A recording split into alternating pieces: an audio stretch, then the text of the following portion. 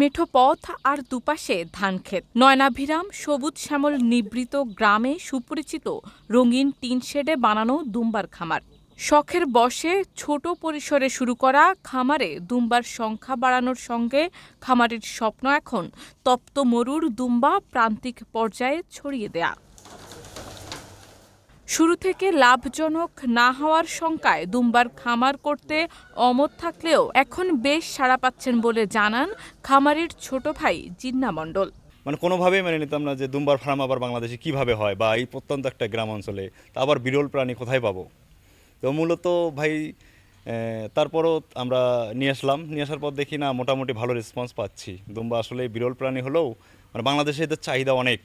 মরুভূমির প্রাণী হিসেবে খাবারের বৈচিত্র্য থাকার কথা থাকলেও বাংলাদেশে প্রচলিত খাবারই খাওয়ানো হয় দুম্বাকে। এসব দুম্বার খাবার তালিকায় থাকে ঘাস, পাতা, খড়, ভুসি ও সরিষা খৈল। দেখার জন্যই আসছি মূলত, দেখে আমার কাছে অনেক ভালো লাগতেছে। আসলে আমরা যারা করতে চাই তারা আসলে খামারির সঙ্গে যোগাযোগ করে এটা ওটা করে তারা যদি করতে চায় অনেক ভালো হবে। আসলে খামারের স্বপ্ন প্রান্তিক পর্যায়ে বেকার সমস্যা দূরীকরণে দুম্বার লালন পালনে উদ্যোক্তা তৈরি করা।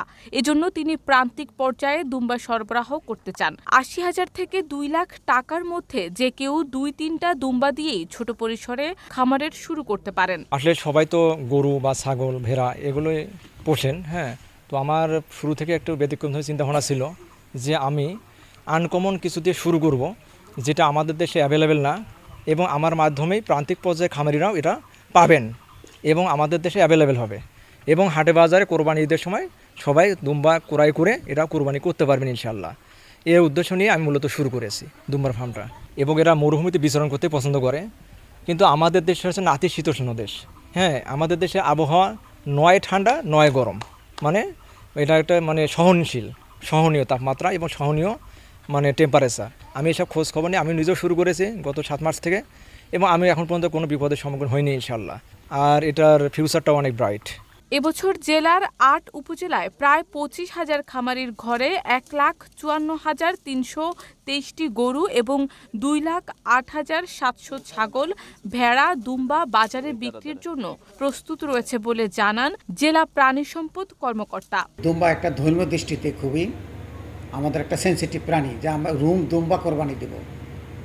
এই দুম্বা আমাদের রংপুর জেলার পীরগঞ্জ একটা খামার আছে, রংপুর শহরে আছে, ধর্মীয়তে খুব পছন্দনীয়। সেই জন্য এখন দুম্বার খামার আগে ছিল না, এখন দিনে দিনে বৃদ্ধি পাচ্ছে। আমি সকলকে আহ্বান করব যে দুম্বাকে দুম্বা হিসাবে, গারলকে গারল হিসাবে এবং ভেড়াকে ভেড়া হিসাবে যেন আমরা চিনি, জানি এবং কোরবানি দেই বা মাংসটা খাই। আলাদা কোনো ট্রেনিং, অর্থাৎ আমরা ভেড়া যে লালন পালনের যে একই পদ্ধতিতে ভেড়া, গারল এবং দুম্বা পালন করা হয়। আমরা ভেড়াকে চিনি, গারলকে চেনার জন্য সহজ উপায় হচ্ছে ছাগলের মতো গরুর বাছুরের মতো লম্বা লেজ থাকে। আর দুম্বা যদি বলা হয় পাছাতে অনেক মাংস থাকে, কিন্তু অরিজিনালি ব্রিড এক, 3 স্পিস হলেও অরিজিনালি একই জিনিস। রংপুরের পীরগঞ্জের খামারি উদ্যোক্তা জহিরুল ইসলাম জাহিদ গাইবান্ধার সাদুল্লাপুর উপজেলার দড়ি জামালপুর গ্রামে তার ছোট ভাইকে নিয়ে এই দুম্বার খামার গড়ে তুলেছেন। ২ সহোদরের স্বপ্ন এখন জেলার ব্যতিক্রমী খামার হিসেবে এটিকে বাণিজ্যিক খামার করে গড়ে তোলা। শুরু করেছে টার্কিশ দুম্বা। এটা আমি পরবর্তীতে আওয়াসি আমার একটা দুম্বা আছে, এটাকে দুবাই প্রজাতি বলে। শারমিন নিশু, ঢাকা পোস্ট।